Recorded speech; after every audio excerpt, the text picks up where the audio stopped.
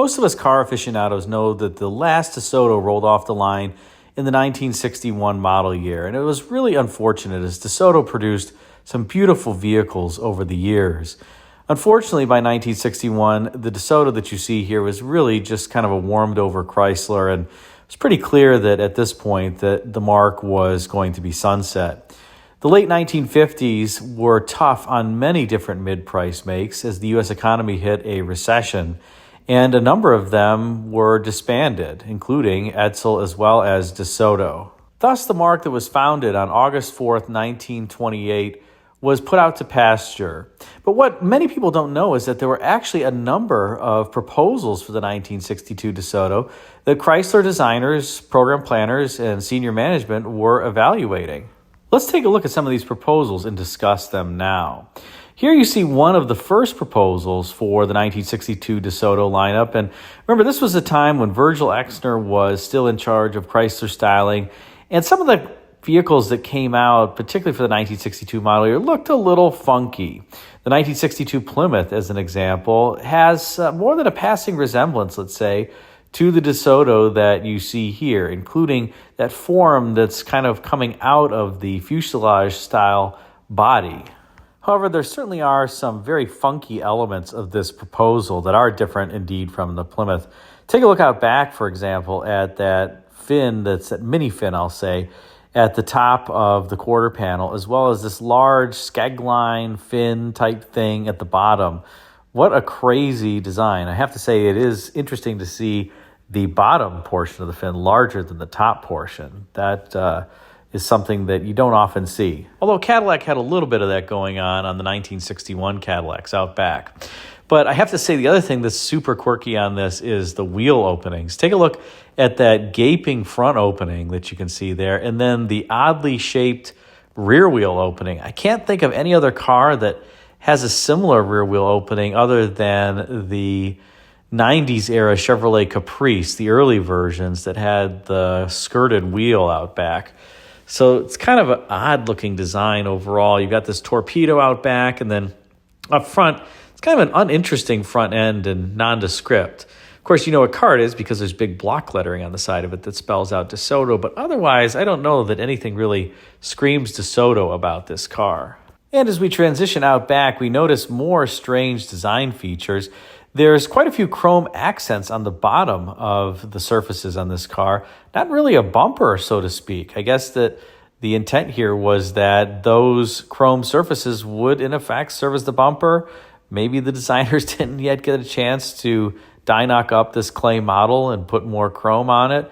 But that rear is very strange. The roofline, the rear door is rather large and kind of in the middle of the car almost, as opposed to being placed rearward. You have this glassy upper with vent panes in the front, and then you also have a rear quarter window on either side. So you basically have 4 windows on each side, and then the rear glass, the backlight, is inset into the roof overall.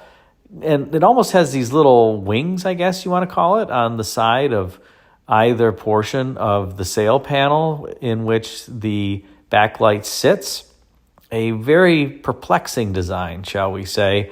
I don't think that a lot of this made it through to production on any of the other Chrysler makes, except the surfacing that I was talking about before, which definitely is similar to the Plymouth.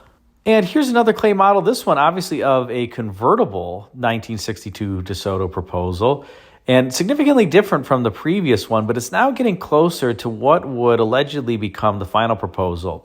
At least the designers have now kind of tamed the wheel openings. They have the Squircle-style wheel openings with the semi-skirted rear wheel, but you do have that surfacing up front that would mimic a bit what you saw in the Plymouth, along with 4, I guess I'll call them ventiports on the front door there, similar to what Buick would have, but placed within a surface that is kind of making its way through that door. Of course, now you also have this interesting treatment underneath the rear quarter window, a surface that is concave in nature. You can see it kind of throwing a shadow on itself here and lending some complexity to the overall body side, having these 2 surfaces that are layered over top of what really would be, imagine if this car didn't have either that front surface or the rear one, a very clean body side, almost a fuselage style, fuselage. I do have to say my favorite element of this particular car is the rear, and I love the tapered back end that just makes this car look very slim from the rear view and takes a little bit of the heft away. The sides kind of look a little pudgy and doughy and fat. But the rear, if you're looking at this from the dead-on view, actually looks very wide and trim. Now notice this does have the triple taillight theme. Some may think that that's similar to Chevrolet. Of course, in 1958, Chevrolet would introduce that on their Impala and carry it on for many years. But DeSoto also had the triple taillight theme, and Plymouth did as well on the top-line vehicles. But DeSoto had it more in the vertical orientation. Here for the 1962 proposal, I guess they were proposing a return to the triple taillight theme, but doing so in a horizontal treatment. Unfortunately, I don't have a front view of this particular vehicle, but I suspect it looks similar to the other proposal in that particular view. Note, though, that this car does actually have a rear bumper on it and some rather large, what appear to be reverse lights that flank the license plate. So nobody's going to mistake you backing out of a parking space. And now let's take a look at what I believe is a near final proposal for the 1962 DeSoto. And I'm actually going to say that I find this very handsome. I don't know necessarily what it is about it, but I think that it has an overall congruency associated with the design and a number of interesting features that are interesting without being offensive, shall I say. Let's talk a little bit about them. First of all, you'll notice that this car has quad headlamps arranged in that canted format, similar to the 1961 DeSoto, but a totally different format here where the headlamps are enclosed in individual nacelles. And I think that gives a bit of dimension to the front end. Notice that that upper light is also sitting proud of the light on the bottom and helping provide this look on the car that's almost leaping forward because those headlamps on top are proud of the headlamps below. And also the grille is slanted forward, so that helps with the look as well. Now, I do also love the surface that kind of hugs the upper edge of the grille, goes around the headlamps, and then goes all the way back to the front door. I think that's just beautifully done. You've got like a little cove in between the upper headlamp and that surface. I can just imagine that light would catch there and it would provide just a piece of visual interest, if you will, in addition to the rest of the body. Of course, you do have that bulbous surface, I guess I'll call it, that starts at the upper headlamp and extends back through the front door. And I almost wish that that wasn't there. It adds a little bit too much complexity. I can almost visualize this car without that surface and that being a bit cleaner. But it doesn't look bad to me, and I do like how they've integrated it. I also like the little lips that they have on the wheel openings now. Very tasteful, understated, but yet prominent. And then, of course, you have that surface that we previously talked about on the rear that starts on the rear door and then goes back through the quarter panel. Here, I think it's really nicely done with the kick-up on the rear window, and it also is integrated well with, I guess I'll call it a bit of a fin out back. Let's take a look at that right now.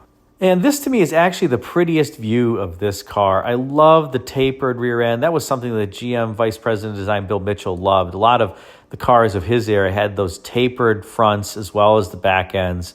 Not always front and back, but usually the rear end at least had some sort of a taper to it. And you can see that here. Of course, the triple tail lamps that I was talking about before, arranged in a horizontal format as opposed to a vertical format. I love how the housing extends into the quarter panel, forward into the quarter panel. The block lettering, of course, in the deck lid.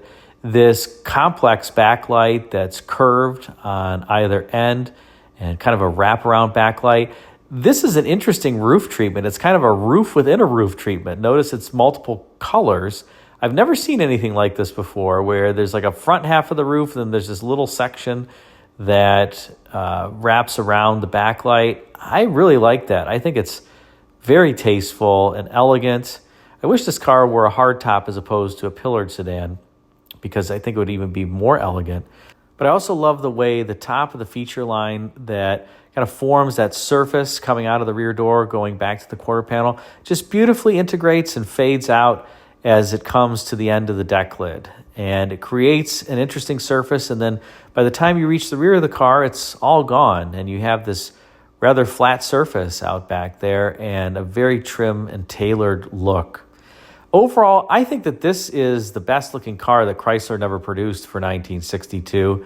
I think it's especially handsome, and it's a bit of a shame that even though DeSoto wasn't able to bring it to market, they didn't repurpose it for something else, because I think that this one, maybe more than other ones, had a chance of being a winner. 1962 was not a great year for Chrysler. They had a number of issues that they faced. They were still facing lingering quality issues from the forward look cars that had really turned off buyers. And then in the Plymouth lineup, Chrysler leadership had misinterpreted comments that they heard from General Motors and thought that GM was going to downsize their lineup considerably, and thus Plymouth was really left with what were intermediate-sized cars.